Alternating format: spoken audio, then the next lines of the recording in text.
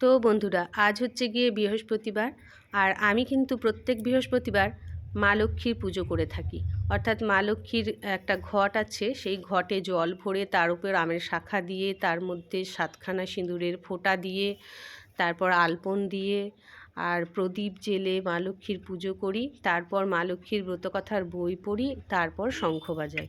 তো তোমরা কারা কারা এরকমভাবে প্রত্যেক বৃহস্পতিবার মা লক্ষ্মীর পুজো করো অবশ্যই কমেন্ট করে জানাবে। আর হ্যাঁ, প্রত্যেক বৃহস্পতিবার আমি কিন্তু নিরামিষ খাই। তোমাদের এর আগের অনেক ভিডিওতে আমি বলেছি যে আমি বৃহস্পতিবার, শনিবার এবং মঙ্গলবার নিরামিষ খাই। আর হ্যাঁ, আগে আমি শনিবার আর মঙ্গলবার হনুমান চালিসার বইটা পড়তাম, এখন কিন্তু রোজ পড়া স্টার্ট করে দিয়েছি। আর এই দেখো আমার মা লক্ষ্মীর বেদি। এই মা লক্ষ্মী দুটো কিন্তু আমার অনেক পুরনো।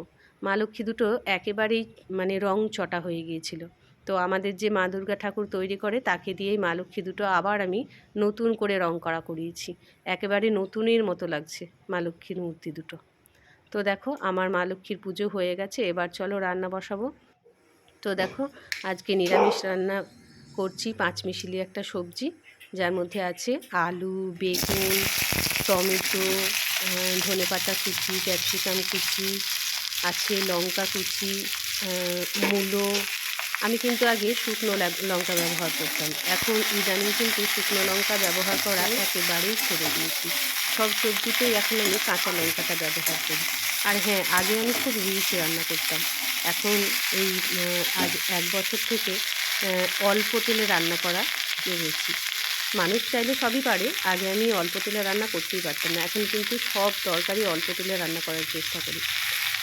আর এই সবজিটা আমি যখন রান্না করছি, এতে কিন্তু আমি কিচ্ছু মশলা দেবো না।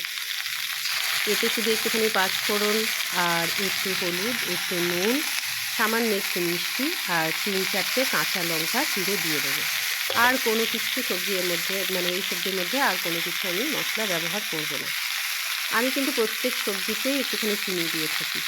আর এই সবজিটা রান্না করার সময় এতে কিন্তু আমি এক ফোঁটাও জল ব্যবহার করব না, শুধুমাত্র ঢাকা দিয়ে দিয়ে কষিয়ে কষিয়ে এই সবজিটা রান্না করব। তো দেখতে থাকো কীভাবে সবজিটা রান্না করছি। এইভাবে নাড়বো আর একবার করে ঢাকা দেবো। আর হ্যাঁ, আমাদের এখন সামনে আর কোনো পুজো টুজো নেই।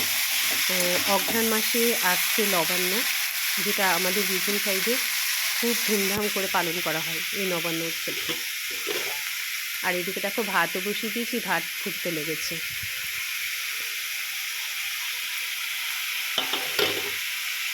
আর কয়েকটা কচু সেদ্ধ করে রেখেছি। কচু সেদ্ধটা ভালোভাবে নুন দিয়ে, কাঁচা লঙ্কা, সর্ষের তেল দিয়ে ভালোভাবে মেখে নেব। এই কচু সেদ্ধ, কচুর যে কোনো আইটেম খেতে আমার ভীষণ ভালো লাগে। কচু সেদ্ধ বলো, কচুর তরকারি বলো, কচু মুসুর ডাল বলো, মাছে কচুতে বলো, যা কিছু কচু সব কিছু আমার ভালো লাগে। আর এদিকে দেখো সবজিটা একেবারে হয়ে গেছে। তো সবজিটা এবার আমি নামিয়ে দেবো।